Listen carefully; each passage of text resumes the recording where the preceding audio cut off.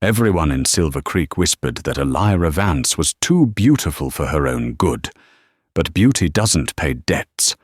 When her father, a man who loved whiskey more than his own flesh and blood, slammed his empty glass on the table, he didn't just lose a hand of poker, he lost his daughter. Elira was sold, not to a wealthy rancher or a city lawyer, but to Caleb, a silent, scarred outcast half the town despised. She expected a life of misery. She expected a monster. But when the door to his cabin clicked shut on their wedding night, Caleb didn't demand his rights as a husband. Instead, he did something that would shatter everything she knew about love, survival, and the man she was forced to call her own. This is the story of the bargain that changed everything. The heat in Silver Creek, Arizona, was a physical weight, pressing down on the tin roofs until they popped and groaned. It was 1874, a year of drought and dust, but inside the Gilded Spur Saloon, the air was thick with something worse than heat. Desperation. Elira Vance sat on the edge of the horse trough outside the Mercantile, her boots coated in the ubiquitous red dust. She was 22, with hair the color of spun wheat and eyes that had seen too much poverty to sparkle the way a young woman's should. She was waiting for Silas. Again.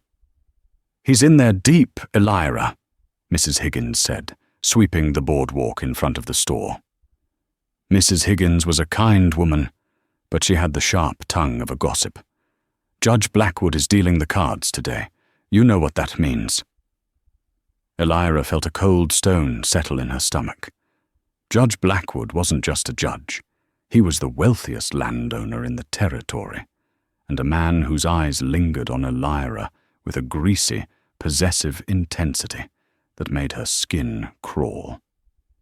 If Silas was playing against Blackwood, he was walking into a lion's den wearing a stake necklace. "I have to go get him," Elira whispered, standing up. She smoothed the front of her faded calico dress. It was patched at the elbows, but clean. Her dignity was the only thing Silas hadn't gambled away yet. She pushed through the swinging doors of the Gilded Spur. The sudden darkness after the blinding sun made her dizzy. The smell hit her instantly. Stale beer, unwashed bodies, and the metallic tang of chewing tobacco. The room went quiet as she entered. A woman like Elira didn't belong in a place like this, not unless she was working the upstairs rooms, and everyone knew Elira Vance was proud, despite her father's reputation. She found him at the back table. Silas Vance looked 20 years older than his age. His face was a road map of broken veins, his hands shaking as he clutched a fan of cards. Across from him sat Judge Blackwood, looking cool and predatory in a white linen suit that seemed to repel the dirt of the saloon. "Daddy," Elira said, her voice cutting through the smoky silence. "It's time to go home." Silas didn't look up. Sweat beaded on his forehead. "Not now, Ellie. I'm winning. I can feel the turn. You've lost the wagon, the horses, and the last of Mama's jewelry," Elira said, her voice rising. She didn't care about the staring men. "We have nothing left to bet." Judge Blackwood chuckled, a low, dry sound like dry leaves scraping together. He leaned back, toying with a heavy gold watch chain. Now, Miss Elira, that's not entirely true. A man always has something left to bet, if he's desperate enough." Silas looked up then, his eyes watery and red.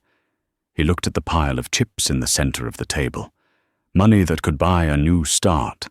Money that could get them out of this God-forsaken town. Then he looked at his daughter. Elira froze. She saw the calculation in his eyes, the desperation. "No," she breathed. "I raise you," Silas said, his voice trembling. "I raise you everything in the pot against my daughter's hand in marriage." The room gasped. Chairs scraped as men leaned in. This was the kind of drama Silver Creek thrived on. "Daddy, don't you dare!" Elira hissed, stepping forward. "I am not a horse to be traded." "It's the only way, Ellie," Silas snapped, panic making him vicious. "I win this and we're rich. We're free. I have a king high straight. I can't lose." Judge Blackwood smiled. It was a smile that didn't reach his eyes. "Accepted. If you win, you take the pot, $5,000. If I win, Elira comes home with me tonight. No ceremony needed immediately. Just the contract." Silas shoved his cards forward. "King high straight." The room held its breath. Judge Blackwood slowly, deliberately, laid his cards down. Full house, aces over eights. The silence that followed was deafening.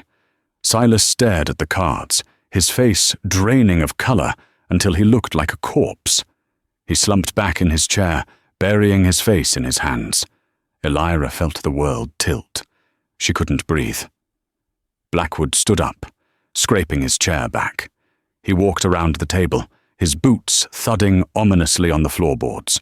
He reached out a hand to grab Elira's arm. "Come along, my dear," Blackwood purred. "We have a carriage waiting. Get your hands off her." The voice came from the darkest corner of the saloon. It wasn't loud, but it carried a weight that stopped Blackwood in his tracks. A man stepped out of the shadows. He was tall, with broad shoulders that strained against a worn buckskin shirt. His skin was the color of burnished copper, his hair black and long, tied back with a leather thong. A jagged scar ran from his left cheekbone down to his jaw, pulling his expression into a permanent, stoic grimace. It was the man the locals called the Apache. His real name was Chayton, though he went by Caleb in town to appease the whites. He was a farmer who lived on the rocky outskirts, on land nobody wanted. He was an outcast, too white for the tribes, too native for the town. "This is none of your business, half-breed," Blackwood spat, his face reddening. Caleb didn't blink. He walked to the table, his movements fluid and silent. He reached into a pouch at his belt and slammed a heavy bag onto the table. It clinked with the unmistakable sound of gold. "I'm buying the debt," Caleb said. His voice was rough, like gravel grinding under a boot. "The debt is settled," Blackwood sneered. "I won the girl." "The law says a debt for goods or services can be paid in coin within the hour of the bet," Caleb said, reciting the town statute perfectly. "That bag holds $6,000 in gold dust and nuggets, more than the pot. I'm paying Vance's debt." Judge Blackwood looked at the gold, then at the menacing look in Caleb's dark eyes. He looked around the room. The other men were murmuring. They didn't like the Apache, but they liked the law, and they liked gold. "Fine," Blackwood snarled, snatching his hand back. "Take the drunk's trash. But she's yours now, Apache. Don't expect a refund when you realize she's too high and mighty to scrub your floors." Caleb ignored him. He looked at Silas, who was weeping silently. "Your debt is paid, Vance. Get out." Then he turned to Elira. Up close, he was terrifying. He smelled of pine resin and horses. He towered over her. "Come," he said. It wasn't a request. Elira looked at her father, who wouldn't even meet her eyes. She looked at Judge Blackwood, who was watching with hateful eyes. And she looked at Caleb. She had been sold, traded like cattle. But as she looked at the scar on Caleb's face, she realized she had just been bought by the one man in town who might be more dangerous than the judge. She lifted her chin, fighting back tears of rage. "I can walk myself." The ride to Caleb's farm was a torture of silence. Elira sat stiffly on the buckboard wagon, clutching her small carpet bag, the only possession she had been allowed to retrieve from her father's house. Caleb didn't speak. He drove the two mules with an easy competence, his eyes scanning the horizon constantly. Elira stole glances at him. The townspeople said he was a savage. They said he had killed men with his bare hands. They said he worshipped pagan gods and ate raw meat. Looking at his stone-cold profile, she could believe some of it. But he had just paid $6,000, a fortune for her. Why? He was a poor farmer. Where did he get that kind of gold? And why waste it on the daughter of the town drunk? The landscape changed as they moved away from Silver Creek. The rolling plains gave way to jagged rock formations and scrub brush. This was the Badlands, the territory where the soil was hard and the water scarce. "Why?"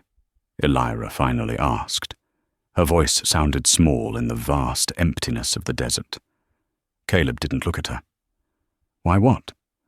Why did you buy me? You could have bought the best ranch in the valley with that gold." "Why me?" Caleb flicked the reins. "Blackwood would have broken you." The answer was so simple, so blunt, that it stunned her. "And you? Are you going to break me, Caleb?" He turned to look at her then. His eyes were obsidian dark, unreadable. "I need a wife. The law says a single man can't hold the deed to the water rights on my land past this season. I need a legal marriage certificate by the end of the month. You needed saving." It was a trade. "A business transaction," Elira said bitterly. "That's all I am to anyone. Currency." "Better to be currency than a victim," Caleb muttered, turning back to the road.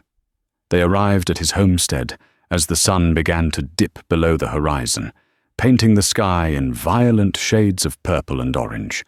Elira expected a hovel. Instead, she saw a sturdy, well-built cabin made of logs and stone. There was a barn, a corral with 2 spirited horses, and a garden that defied the harsh landscape, bursting with corn, beans, and squash. It was neat, orderly, and isolated. "Get down!" Caleb said, halting the wagon. Elira climbed down, her legs shaking from exhaustion and fear. This was it. The sun was setting. Night was coming. The wedding night. She followed him inside. The cabin was clean, smelling of sage and wood smoke.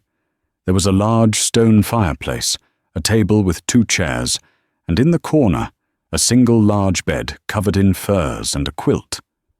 Elira's breath hitched. She wrapped her arms around herself, feeling the cold seep into her bones despite the lingering heat of the day. Caleb lit a kerosene lamp, casting long shadows against the walls. He took off his hat and hung it by the door. He looked at her, standing there trembling in the middle of the room. "You're hungry," he stated. "I'm not," she lied. He went to the stove and ladled stew from a pot that had been simmering. He placed a bowl on the table and a chunk of cornbread. "Eat." "You're too thin." Elira sat, mostly because her legs wouldn't hold her up anymore. She took a bite. It was good.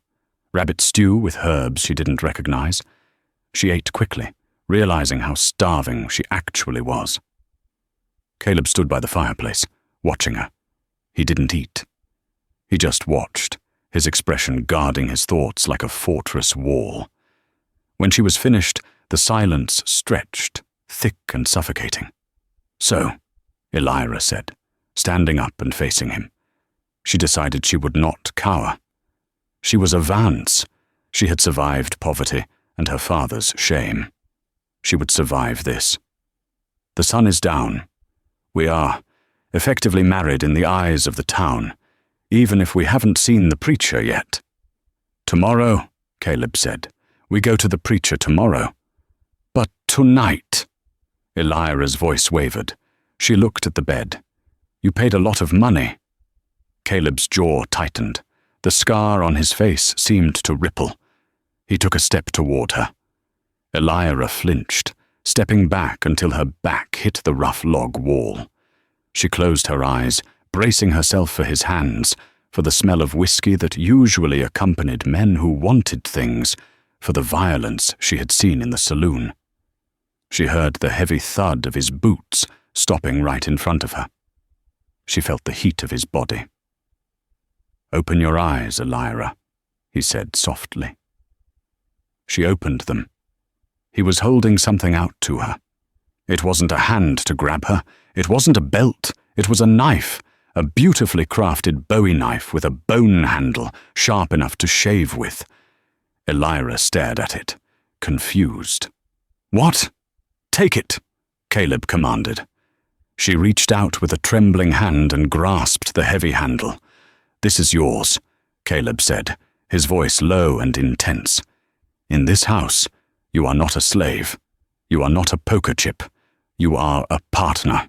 He stepped back, giving her space. "I bought you to keep Blackwood from destroying you. I need a wife for the land. Yes. But I don't need a whore." He pointed to the bed. "You sleep there. You sleep with that knife under your pillow. If I, or any man, tries to touch you without your permission, you use it. Do you understand?" Elira was stunned. She looked from the gleaming blade to the man who had given it to her. You're giving me a weapon? To use against you?" "I'm giving you your power back," Caleb said. He turned and walked to a pile of blankets in the corner of the room, near the door. He threw them onto the floor. "I sleep here. I'm a light sleeper.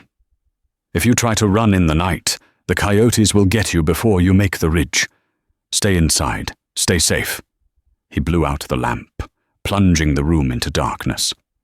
Elira stood there in the dark, clutching the knife to her chest.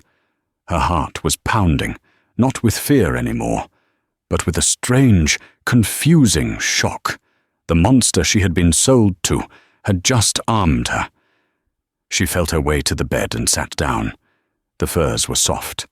She slid the knife under the pillow, keeping her hand on the hilt. She didn't sleep for a long time. She lay awake, listening to the steady, rhythmic breathing of the man on the floor. For the first time in years, she wasn't just a thing to be lost or won. She was armed, and strangely, she felt safer with this scarred savage sleeping on the floor than she ever had in her father's house. But as sleep finally claimed her, she didn't know that the real danger wasn't inside the cabin. It was out there, in the dark, riding toward them. Judge Blackwood didn't lose gracefully, and $6,000 in gold was enough to make anyone a target. The first thing Elira noticed when she woke was the silence. No drunken snoring from the next room, no clinking of bottles. Just the sound of wind whistling through the eaves of the cabin and the distant cry of a hawk. She sat up, her hand immediately flying under the pillow. The bone handle of the Bowie knife was cool to the touch. It hadn't been a dream. The cabin was empty.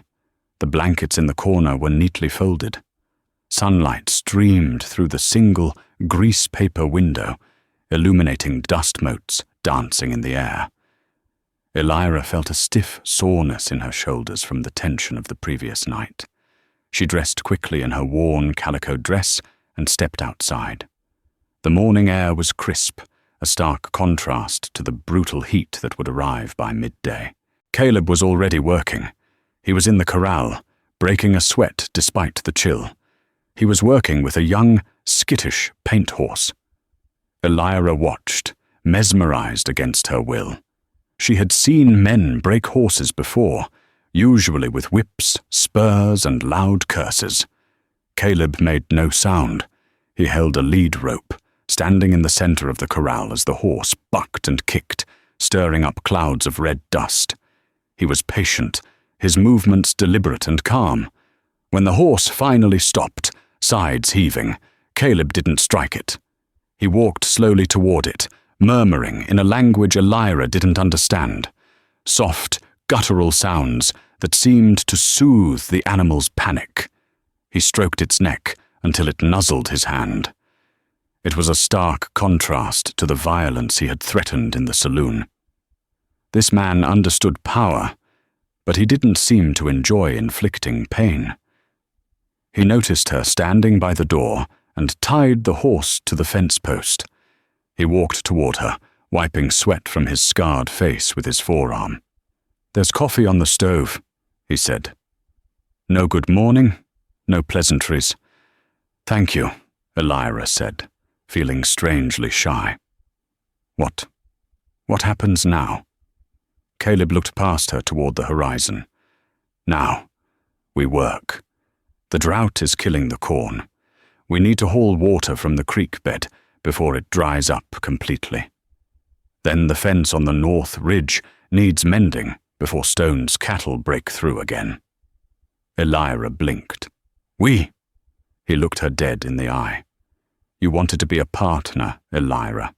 Partners work, unless you'd prefer to sit inside and embroidery while I keep you fed." The challenge in his voice stung her pride. "I'm not afraid of hard work. My mother raised me on a farm before." She stopped, before the whiskey took over. "Good. There's a pair of work gloves in the barn. Put them on. Your hands are too soft." The next 4 days were the hardest of Elira's life. Caleb wasn't a cruel taskmaster, but he was relentless. He worked from before dawn until after sunset, and he expected her to keep pace. She learned to haul water buckets until her shoulders felt like they were on fire. She learned to hoe the rocky soil between the corn rows until blisters formed on her palms, broke, and formed again into calluses. She learned to shoot a Winchester rifle, the kickback nearly knocking her off her feet the first time. "Hold it tight against your shoulder," Caleb had instructed, standing behind her, his chest lightly brushing her back. It was the closest they had been since the first night. "Treat it like it's part of you. If you hesitate, you miss. Out here, missing means starving or dying." They spoke little. Their conversations were pragmatic. Pass the hammer, water the mules, watch for rattlesnakes by the woodpile. Yet, in the silence, a strange sort of respect began to grow. Elira saw how the town treated him when they went in on the 3rd day for the mandatory marriage registration with Parson Albright. The parson, a nervous man with spectacles, had looked from the scarred Apache to the beautiful blonde woman with utter bewilderment, his hands shaking as he signed the certificate. When they walked out of the church, people crossed the street to avoid them. Women Elira had known her whole life turned their heads. Shopkeepers watched them with suspicion. They were an island. The town hated him for what he was, and they despised her for who she belonged to now.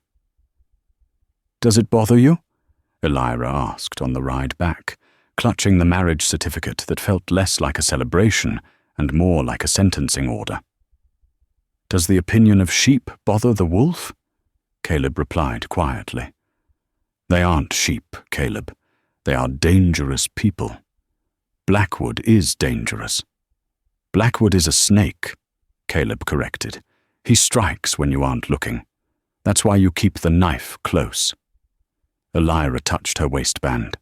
She had taken to wearing the Bowie knife sheathed at her hip, hidden under the folds of her dress. It was a comforting weight.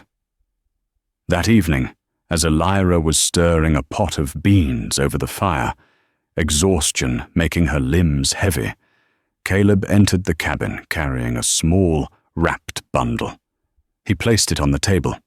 "For you," he said roughly. Elira approached cautiously. She unwrapped the brown paper.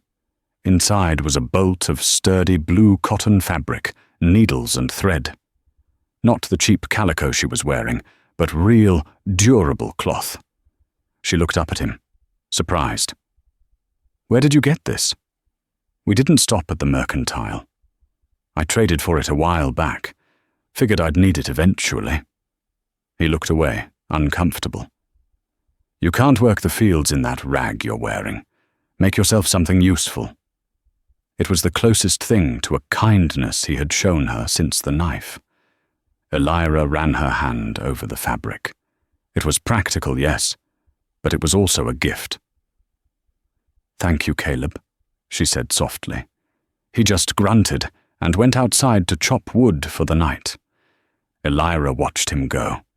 He was a hard man, forged by a brutal world, but unlike her father, who melted under pressure, Caleb seemed to get harder, stronger. She was beginning to realize that being sold to the poor Apache farmer might not have been the end of her life. It might just have been the beginning of learning how to actually live it. But the peace of the hard work was about to be shattered. The vultures in Silver Creek hadn't forgotten about the gold, and they were getting hungry. The attack didn't happen at night, as Elira feared. It happened in the blinding brightness of high noon, a week after she arrived. Caleb was miles away on the South Ridge, repairing a fence line damaged by wild hogs. Elira was alone at the cabin, hanging laundry on a line she'd strung between two piñon trees. Her arms ached, but there was a satisfaction in seeing the clean shirts billowing in the hot wind. She heard the riders before she saw them. The thunder of hooves was too loud for just a passerby. She dropped the wet sheet she was holding and ran for the cabin door, her hand instantly going to the hilt of the knife at her waist. She made it inside just as 3 horsemen pulled up in a cloud of dust right in front of the porch. She recognized the leader immediately, Rance Dillon. He was Judge Blackwood's primary enforcer, a man with dead eyes and a reputation for enjoying his work too much. The other 2 were hired guns that hung around the Gilded Spur, men whose names were usually associated with cattle rustling or drunken brawls. Rance swung down from his saddle, his spurs jingling ominously. He walked up the porch steps, pushing his hat back with a thumb. "Afternoon, Mrs. Caleb," he smirked, emphasizing the lack of a last name. He spat a stream of tobacco juice onto the clean porch planks Elira had just swept that morning. "What do you want, Rance?" Elira asked, standing in the doorway.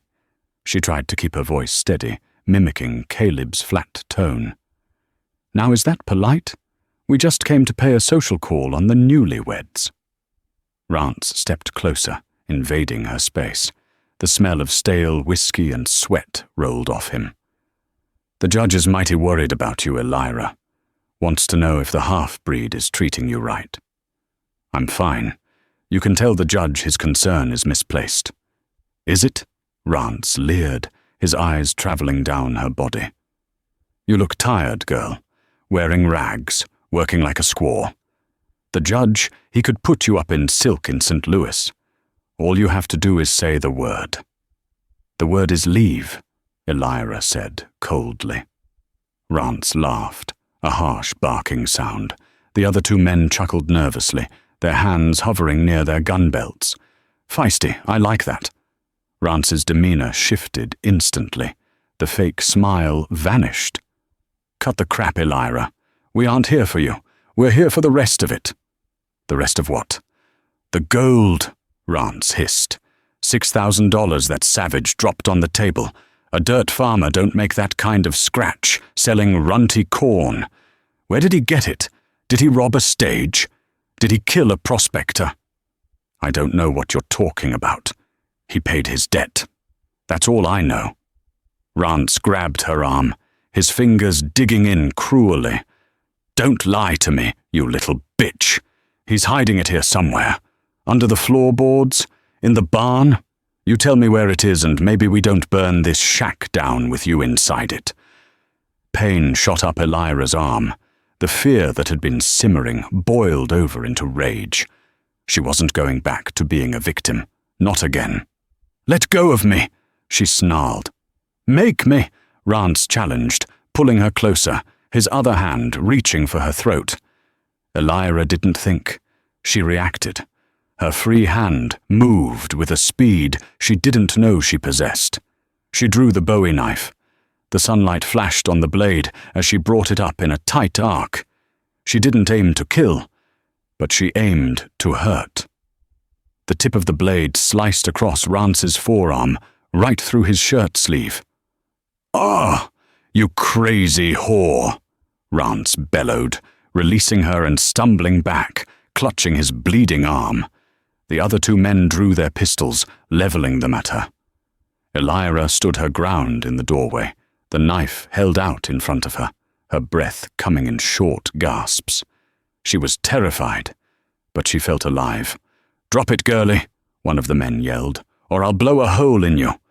You fire that gun." A voice like grinding granite came from behind them, "and you'll be dead before you hear the shot." Caleb was there. Nobody had heard him approach. He must have left his horse and circled back on foot when he saw the riders. He stood near the corner of the cabin, his Winchester rifle shouldered, and aimed directly at the head of the man threatening Elira. His face was a mask of terrifying calm. "Rance is bleeding," Caleb stated calmly. "Looks like my wife told you to leave." "She cut me, you half-breed bastard," Rance yelled, tying a bandana around his arm. "The judge sent us to ask questions. The judge has no authority on my land. Get off my property. Now." Caleb cocked the lever of the rifle. The metallic clack-clack sounded like a cannon shot in the tense silence. The 2 gunmen looked at Rance, uncertain. They were paid to intimidate a woman, not have a shootout with an Apache marksman who had the drop on them. Rance glared at Caleb, then at Elira, his eyes filled with venom. "This isn't over, Apache. You can't hoard that kind of gold and expect Silver Creek to just let it slide. We'll be back, and we'll bring enough men to burn you out." "I'll be waiting," Caleb said. Rance signaled his men. They holstered their guns, mounted up, and galloped away, leaving a trail of dust and threats hanging in the air. Caleb lowered the rifle, but didn't uncock it until they were out of sight. Only then did he turn to Elira. She was still standing in the doorway, holding the knife, trembling from adrenaline. Caleb walked up the steps. He didn't ask if she was okay. He looked at the knife in her hand, then at her face. A flicker of something, pride perhaps, crossed his stoic features. "You held the line," he said softly. "They wanted the gold, Caleb," Elira whispered, her voice shaking. "They think you stole it. They said they'd burn us out." Caleb took the knife gently from her unresisting fingers. He wiped the smear of Rance's blood on his trouser leg and handed it back to her, handle first. "Clean your blade, Elira. Never put a dirty knife away." He turned to look at the horizon where the dust cloud was settling. "They are right about one thing. It's not over. Blackwood won't stop now that he smells blood." He turned back to her, his dark eyes intense. "Get your boots on, and bring a canteen. We're going for a ride." "Where?" "To show you the truth, before they come back and try to beat it out of you." They rode for 2 hours, heading deep into the Badlands behind the cabin, into territory where the rock formations twisted into grotesque, towering shapes that blocked out the afternoon sun. It was a maze of canyons, narrow and treacherous. Caleb rode in silence, his eyes constantly scanning the high ridges. Elira struggled to keep up on the older mare he had saddled for her. The heat was oppressive here, trapped between the canyon walls. Finally, Caleb turned his horse into a narrow fissure in the rock face, barely wide enough for a rider. Elira followed, her heart pounding. It felt like they were riding into the earth itself. The fissure opened up into a hidden box canyon, a small, circular area completely enclosed by sheer cliffs hundreds of feet high. It was shaded, cool, and strangely quiet. In the center was a small spring that fed a pool of crystal-clear water, surrounded by lush green ferns that seemed impossibly out of place in the desert. Caleb dismounted and helped Elira down. She was sore and tired, but curiosity outweighed her fatigue. "What is this place?" she asked, her voice echoing slightly against the stone walls. "My mother's people called it the womb of the earth," Caleb said. He walked over to the far wall of the canyon, where the rock was darker, laced with veins of quartz. He pulled aside a thick growth of thorny brush, revealing a small, dark opening in the cliff face. It was too small to be a natural cave. It looked like it had been hacked out by hand. "Come." He ducked inside. Elira hesitated for a second, then followed.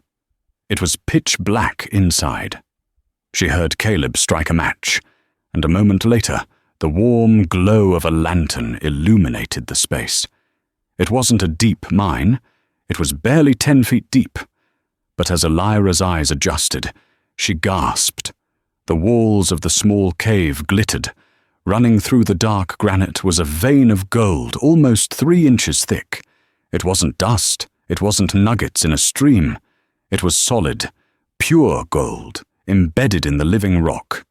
It reflected the lantern light in a dazzling, almost hypnotic display. "My God," Elira breathed, reaching out a hand but stopping just short of touching it. "Caleb, this is a curse," Caleb finished for her. His voice was heavy. He set the lantern on the ground and sat against the opposite wall, watching her face in the golden glow. "My grandfather found this," Caleb explained. "He kept it secret, even from most of the tribe. They knew gold made the white men crazy. It brought sickness and death." "But $6,000, Elira stammered, her mind reeling at the sheer value of what she was looking at. "You could buy the whole town of Silver Creek. You could be the richest man in the territory." Caleb shook his head slowly. "Rich men are targets, Elira. You saw that today. My father, he was a white prospector. A good man, but weak. When he found out about this place from my mother, the gold sickness took him.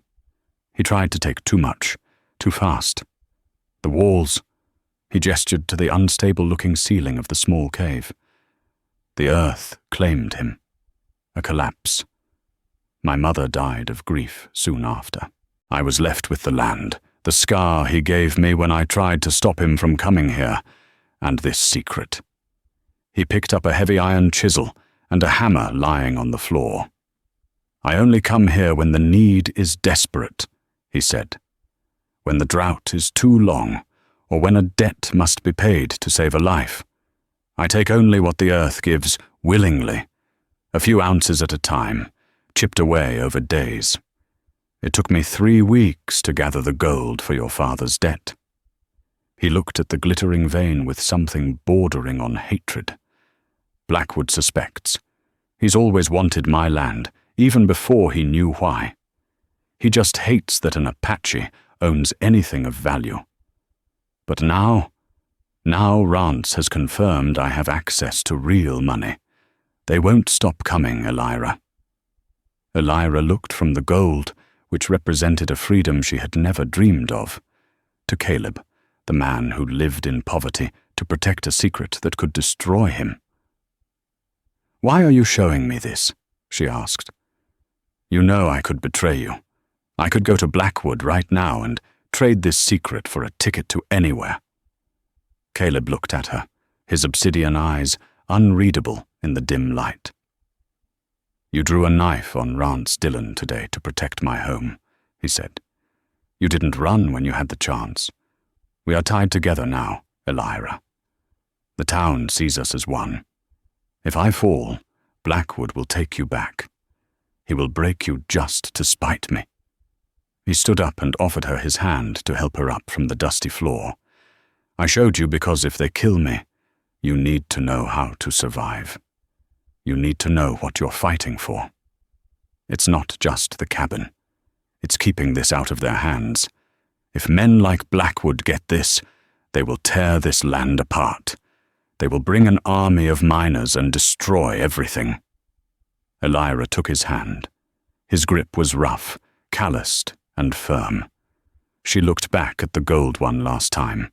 It was beautiful, yes, but now she saw it as Caleb did. It was dangerous. It was blood money waiting to happen. "We won't let them have it," Elira said, surprising herself with the fierceness in her voice. Caleb nodded slowly. "No, we won't. But we have to get ready. Rance was just the messenger. The war is coming. The attack didn't come immediately. Blackwood was a predator who liked to savor the fear of his prey. He let them stew for 3 days.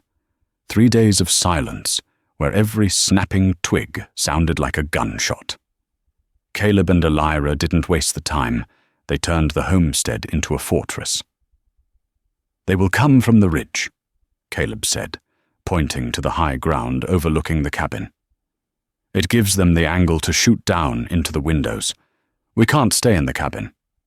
"But if we go outside, we're exposed," Elira argued.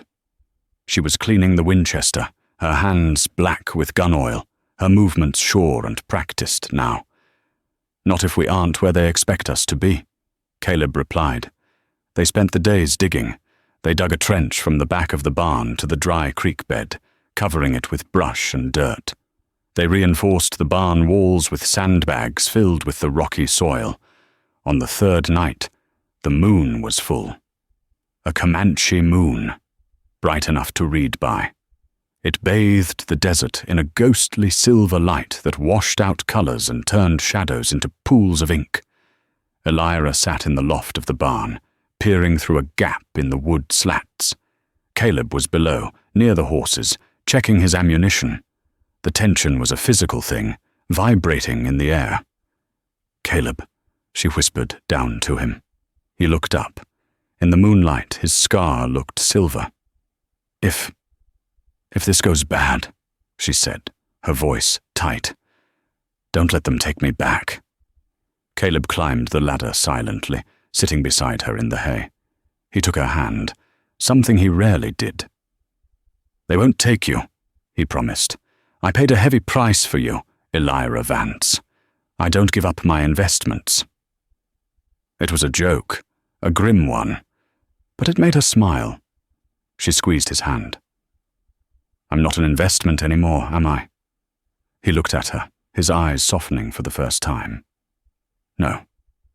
You're my wife." Before she could respond, a gunshot shattered the night. A lantern on the cabin porch exploded in a shower of glass and oil. Then, the night erupted. Muzzle flashes sparked from the ridge like fireflies. Bullets thudded into the logs of the empty cabin, shattering windows and splintering wood. The sound was deafening, a chaotic roar of gunfire that echoed off the canyon walls. "Stay down," Caleb hissed, pushing her head below the window line. They watched from the dark safety of the barn as the men on the ridge emptied their rifles into the cabin. They thought their targets were asleep in their beds. "Let them waste their ammo," Caleb whispered, sighting his rifle through a knothole. "Wait for the reload." The shooting stopped as the men on the ridge realized there was no return fire. A silence fell, heavier than before. "Maybe they're dead," someone shouted from the darkness. It sounded like Rance. "Check it," came Judge Blackwood's booming voice. 3 figures emerged from the scrub brush, creeping toward the cabin porch, guns drawn. They kicked open the front door and rushed inside. "Now," Caleb said. He fired. The crack of his rifle was distinct, sharper than the others. The last man to enter the cabin dropped like a stone on the porch. Chaos erupted again. The men on the ridge realized the fire was coming from the barn. They turned their guns, bullets ripping through the thin wood of the barn walls. "Get to the creek bed!" Caleb yelled, grabbing Elira. "Go! I'm not leaving you!" she screamed over the noise. "I'm right behind you! Go!" Elira scrambled down the ladder and dove into the shallow trench they had dug. She crawled on her belly, dirt filling her mouth, dragging her rifle. She reached the lip of the creek bed, a natural depression that offered heavy cover, and rolled in. Caleb tumbled in beside her a second later, grimacing. He clutched his left shoulder. Blood was already seeping through his buckskin shirt. "You're hit!" Elira gasped, tearing a strip from her petticoat. "Just a graze. Focus, Elira. They're surrounding the barn. When they realize we aren't there, they'll flank us." He was right. Shadows were moving in the moonlight, circling wide to get behind the barn. "We're pinned down," Caleb gritted out, tying the cloth tight around his arm with his teeth. "There's too many of them. 10, maybe 12. Suddenly the shooting stopped again. "Caleb!" Judge Blackwood's voice rang out, arrogant and loud. "We know you're in the creek bed. You're trapped like the rats you are." Caleb didn't answer. He signaled Elira to keep her head down. "Come out, boy," Blackwood yelled. "Give us the map to the mine, and maybe I let you walk away. I'll even let you keep the girl. I just want the gold."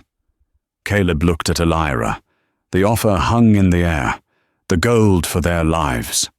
But Elira shook her head. "He's lying. He'll kill us both the second we step out." "I know," Caleb whispered. "You don't want to talk?" Blackwood shouted. "Fine. Maybe you'll talk to an old friend." There was a scuffle in the dark, and then a pitiful, wailing voice floated across the yard. "Ellie! Ellie, baby, please!" Elira froze. Her blood turned to ice. It was her father. Silas Vance was dragged into the moonlight by Rance Dillon, who held a pistol to the old man's head. Silas was weeping, his knees dragging in the dirt. "Daddy!" Elira breathed, horror gripping her throat. "Your daddy tells me he knows where the mine is, Elira." Blackwood laughed cruelly. "Says you told him about a sparkly cave when you were little. Is that true?" "He's lying!" Elira screamed, standing up enough to shout over the bank. "He doesn't know anything. Let him go." "Come out and trade places, Elira," Rance yelled. "Come give your husband up, and your daddy lives." Elira looked at Caleb. His face was a mask of agony. He couldn't ask her to choose. He wouldn't. "Don't do it," Caleb whispered. "Elira, it's a trap." "That's my father," she sobbed, tears streaming down her dusty face.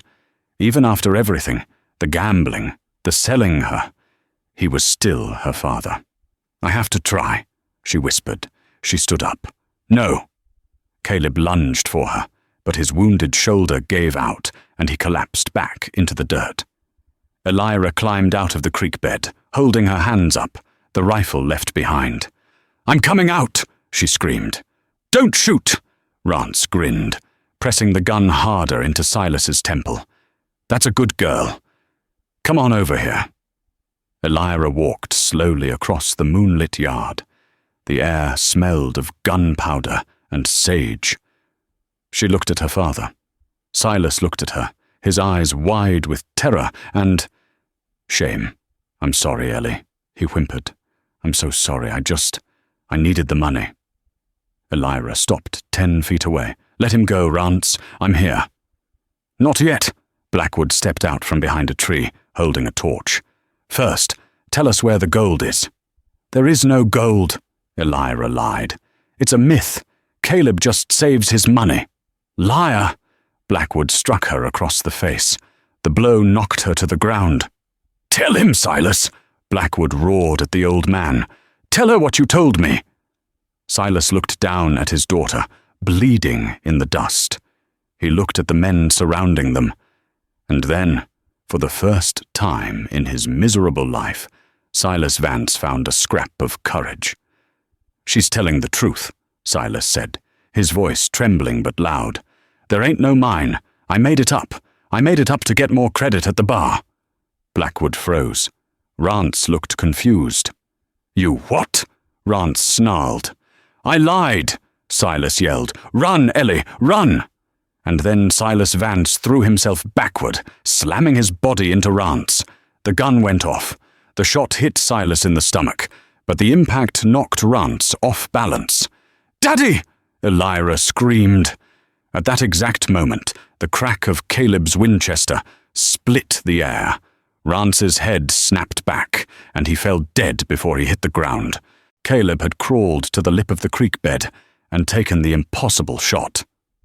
"Kill them!" Blackwood screamed, dropping the torch and scrambling for cover. But the tide had turned. Elira didn't run away. She scrambled for Rance's fallen pistol. She rolled onto her back just as one of Blackwood's hired guns aimed at her. She fired. The man crumpled.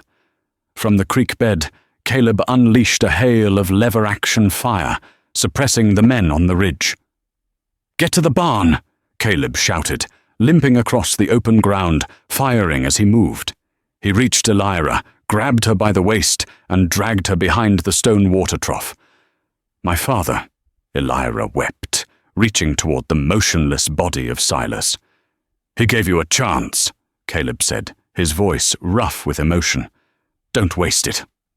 Blackwood was shouting orders, but his men were panicking. Their leader, Rance, was dead, and the helpless farmer and his wife were fighting like demons. "Retreat!" one of the men yelled. "It ain't worth it!" "Cowards!" Blackwood screamed. He stood up, aiming his revolver at Caleb, and Elira huddled behind the trough. "I'll kill you myself!" He fired, chips of stone flying into Elira's hair. He cocked the hammer for a second shot, but Elira was faster. She still had the Bowie knife, the wedding gift, at her belt. But at this distance, a knife was useless. Except she wasn't holding the knife. She was holding Caleb's Winchester, which he had dropped when he dragged her. She leveled the heavy rifle over the stone rim. She didn't hesitate. She didn't tremble. She remembered Caleb's words. "Treat it like it's part of you." She squeezed the trigger. Judge Blackwood stopped. He looked down at the blossoming red stain on his white linen suit. He looked at Elira with an expression of pure shock. He fell to his knees, then face forward into the red dust. The remaining hired guns looked at their dead employer, then at the Apache and the blonde woman who had just killed the most powerful man in the territory. They didn't say a word. They mounted their horses and rode into the night, leaving the dead behind. The silence that followed was heavy and mournful. Elira crawled to her father. Silas was still breathing, but his breath was wet and rattling. Caleb limped over, holding his bleeding shoulder, and knelt beside them. "Ellie," Silas whispered, clutching her hand with weak fingers. Did I win the hand?" Elira choked back a sob, brushing the hair from his sweaty forehead. "Yes, Daddy, you won. You got the best hand." "Good," he sighed, his eyes losing focus. Royal flush. He died as the first light of dawn began to paint the sky pink. They buried him on the hill overlooking the valley, under a twisted mesquite tree. Caleb dug the grave despite his wound, refusing to let Elira do it alone. When the last shovel of dirt was placed, Elira stood looking at the wooden cross. She was bruised, her dress was torn and blood-stained, and she was exhausted down to her soul. But her eyes were clear. The girl who had sat on the horse trough waiting for her father was gone. The woman standing there was forged in fire. Caleb stood beside her. He didn't try to comfort her with empty words. He just stood there, a solid presence, like the mountains themselves. "What now?" Elira asked, looking out over the homestead. The cabin was riddled with holes, the porch burned, the yard scarred. "We rebuild," Caleb said. "We fix the roof, we plant the winter wheat." He turned to her. "Or, you go. Blackwood is dead. The debt is gone. The town won't touch you now. They'll fear you too much. You could sell the gold in the cave, take the money and go to San Francisco. Find a life that isn't hard." Elira looked at him. She looked at the scar on his face, the dark eyes that had watched over her, the hands that had built this home and defended her life. She thought about the wedding night, when he gave her a knife instead of a command. She realized that the gold in the cave didn't matter. The real treasure wasn't the metal that men killed for. It was this, the partnership, the freedom of standing on your own land, beholden to no master. She reached out and took his hand, interlacing her fingers with his. "I'm not going anywhere, Caleb," she said softly. "I have a farm to run, and a husband to take care of." Caleb looked at their joined hands, then up at her. A genuine smile, rare and beautiful, broke across his face, transforming him. "Then let's go home," he said. 6 months later. Silver Creek had changed. The Gilded Spur was quieter now. When Elira and Caleb rode into town, people didn't cross the street to avoid them. They tipped their hats. There was a respect in their eyes, a respect born of fear and awe. They stopped at the Mercantile. Mrs. Higgins rushed out, smiling. "Mrs. Vance, Mrs. Caleb," she corrected herself. "We have that bolt of silk you ordered." Elira smiled, swinging down from her horse. She wasn't wearing calico anymore. She wore a riding skirt of deep blue denim and a white shirt, a Bowie knife in a tooled leather sheath openly displayed on her hip. "Thank you, Mrs. Higgins," Elira said. Caleb stood by the wagon, loading sacks of flour. He caught her eye and nodded. They didn't need to speak.